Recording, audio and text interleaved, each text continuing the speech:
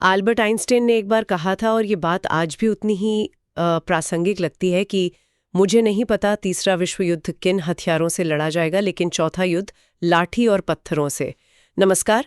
आज हम the print में प्रकाशित एक लेख के आधार पर एक काफ़ी संजीदा मसले पर बात कर रहे हैं। पाकिस्तान के सेना प्रमुख की तरफ से अमेरिका में भारत को दी गई एक कथित परमाणु धमकी और इसके क्या मायने हो सकते हैं। ये विश्लेषण यूपीएससी की तैयारी करने वालों के लिए और जो भी समसामयिक मामलों में रुचि रखते हैं उनके लिए महत्वपूर्ण हो सकता है। तो हुआ ये कि रिपोर्ट के अनुसार पाक सेना प्रमुख आसिम मुनीर ने अमेरिका की धरती से ये कहा कि अगर भारत सिंधु नदी पर बांध बनाने की कोशिश करता है तो वो एक परमाणु शक्ति हैं और अगर उन्हें लगा कि उनका अस्तित्व खतरे में है तो वो नई दिल्ली से खतरे की स्थिति में आधी दुनिया को साथ ले डूबेंगे। द प्रिंट के अनुसार ये बयान दिया गया। तो आइए इस पूरी स्थिति को, इसके अलग अलग पहलुओं को समझने की कोशिश करते हैं। जी, ये घटना अपने आप में कई वजहों से असाधारण है। पहली बात तो ये है कि किसी दूसरे देश का सेना प्रमुख अमेरिका जाकर वहां से भारत और दुनिया को परमाणु धमकी दे, ये अपने आप में अभूतपूर्व है।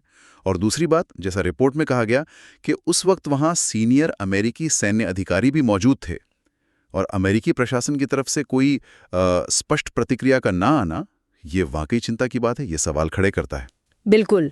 और ये धमकी दी भी कब गई? जब जनरल मुनीर टैंपा में थे। अमेरिकी सेंट्रल कमांड यानी सेंटकॉम के कमांडर के पदभार ग्रहण समारोह के लिए, जहां उन्होंने अमेरिकी सैन्य अधिकारियों से मुलाकातें भी की। तो इस पृष्ठभूमि में ये बयानबाजी और भी ज्यादा गंभीर हो जाती है ना?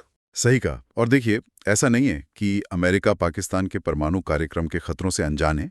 पहले भी ओबामा प्रशासन ने भी और फिर 2017 में ट्रंप प्रशासन ने भी चिंता जताई थी। चिंता इस बात की कि पाकिस्तान के परमाणु हथियार कहीं गलत हाथों में ना पड़ जाएं। उस वक्त के डीएनआई डैनियल कोट्स, उन्होंने तो टैक्टिकल न्यूक्लियर वेपन्स छोटे परमाणु हथियार जो युद्ध के मैदान में इस्तेमाल हो सकते हैं, उनको लेकर भी आगाह किया था। हाँ, ये बातें तो सामने आई थीं। जी, इसके बावजूद वॉशिंगटन का ये कहना कि इस्लामाबाद के साथ उनकी सैन्य साझेदारी दक्षिण एशिया में परमाणु सुरक्षा के लिए महत्वपूर्ण है, ये नई दिल्ली के लिए थोड़ा परेशान करने वाला हो सकता है। हाँ, ये विरोधाभास जैसा लगता है।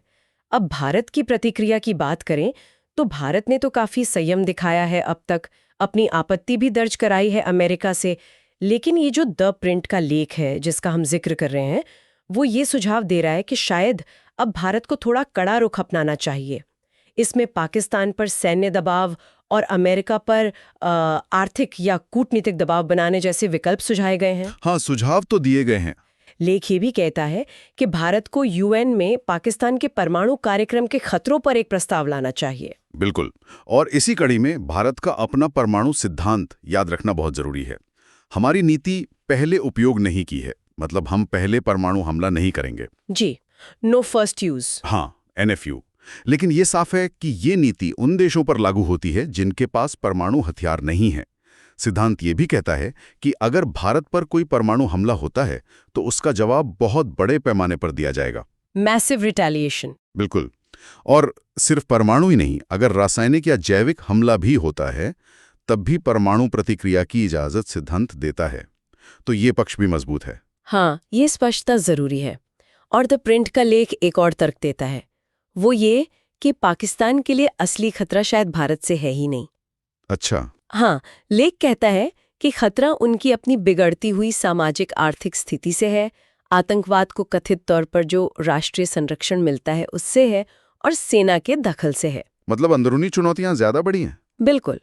और शायद ये धमकी, जनरल मुनीर की जो कथित धमकी है, वो इन अंदरूनी समस्याओं से ध्यान भटकाने की एक कोशिश भी हो सकती है, ऐसा लेख का मानना है। ये भी एक कोण हो सकता है। तो कुल मिलाकर हमने देखा कि कैसे ये एक कथित धमकी जो अमेरिकी धरती से दी गई, उसने कितनी जटिल स्थिति पैदा कर दी है। इसमें अमेरिका की भूमिका, उसकी अपनी चिंताएं, भारत का सधा हुआ रवैया, उसका परमाणु सिद्धांत और फिर पाकिस्तान के अपने अंदरूनी मसले, जी, ये सब आपस में जुड़े हुए हैं। बिल्कुल। और शायद इस पूरी घटना से जो एक बड़ा सबक मिलता है वो ये है कि परमाणु धमकियां अब सिर्फ दो देशों की बात नहीं रही। ये वैश्विक मंच पर, खासकर जब कोई तीसरी बड़ी ताकत जैसे यहाँ अमेरिका की धरती शामिल हो, तो ये बहुत जटिल राजनीतिक और कूटनीतिक खेल का हिस्सा बन जाती हैं। और ये दिखाता है कि कैसे जो परमाणु निवारण के सिद्धांत हैं वो घरेलू राजनीति और अंतर्राष्ट्रीय संबंधों की उलझनों में कभी-कभी कमजोर पड़ सकते हैं। ये वाकई सोचने वाली बात है। हम उम्मीद करते हैं कि इस चर्चा से, इस विश्लेषण से आपको इस मुद्दे को अलग-अलग कोणों से समझने में मदद मिली होगी। खास तौर पर यूपीएससी की तैयारी कर रहे उम्मीदवारों के लिए ये विषय मुख्य परीक्षा के लिहाज से काफी महत्वपूर्ण हो सकता है। अगर आपके कोई सवाल हैं या कोई विचार है तो नीचे कमेंट्स में जरूर लिखें और इस तरह के और विश्लेषण के लिए हमें लाइक और सब्सक्राइब करना न भूलें। धन्यवाद।